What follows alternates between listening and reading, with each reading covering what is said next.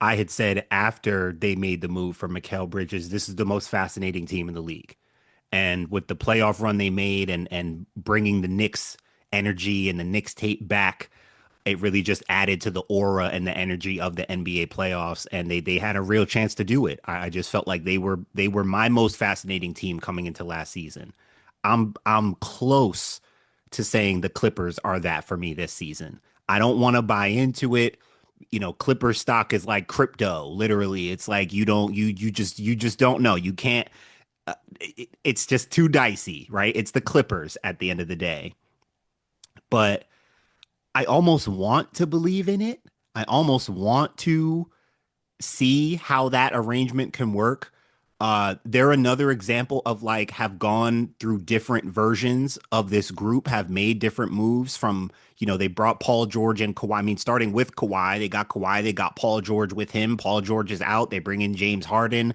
Now they're bringing in Bradley Beal. They've got Chris Paul doing his, farewell tour back with the Clippers, which is obviously a great story. Brook Lopez is in there now. So I don't know whether to like it, to ignore it, to disregard it. I think there are things I could like, but it's like the Chris Paul and James Harden thing. They're kind of back together from their time in Houston. Everyone's older. This is the oldest team in the league by far. What do you think about that? I mean, we just saw the youngest team in the league pull off the title. Could the script flip that much for the next year to be like, you know what?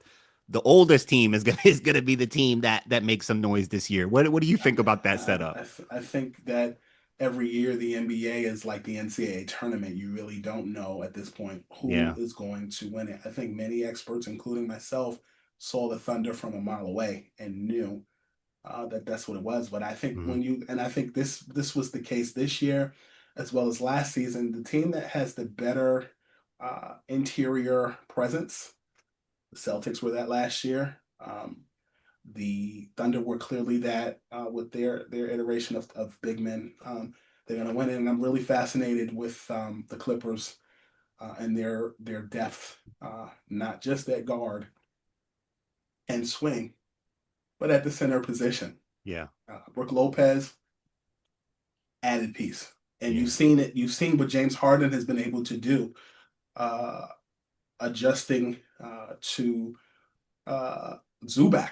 Like Hmm. Zubac, to me, is one of the most underrated players on that team. And now Agreed. you got Zubac and you got Lopez. Yeah.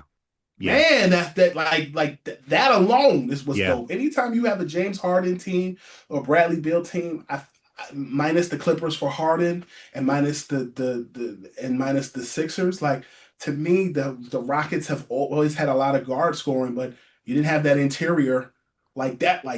And I Yeah. feel like the Zubac connection and the Lopez connection is so underrated. Kudos to Lawrence Frank, who has relationship with Brook Lopez going back to their Nets days. Mm.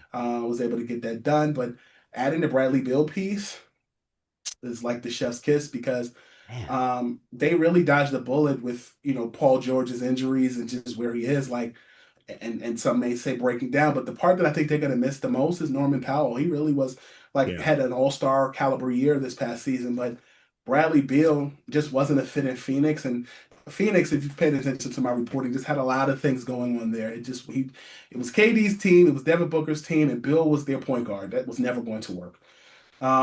James Harden in that situation, left money on the table to bring more guys in. Commendable. It's great. It's a great story. The answer to your question is we'll see.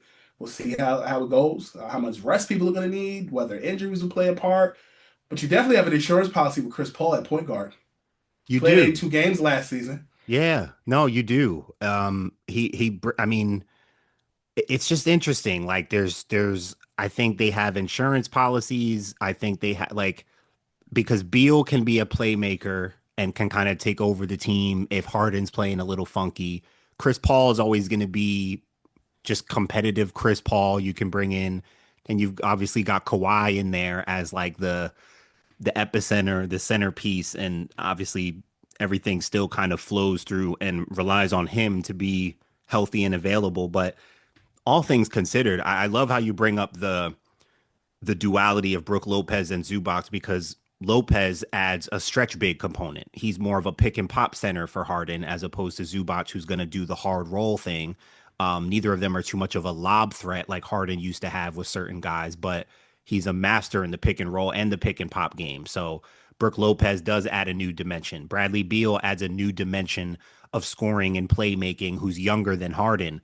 Chris Paul is not either of them. He's a straight up point guard, going to run your Traditional system, point. going to keep you competitive, give you, stability. So I find them possibly. I'm still thinking on it, but they could be one of the more fascinating teams. Yeah, we'll see. I don't know how it'll look. I don't have a real feeling on it, but it's like they've got guys.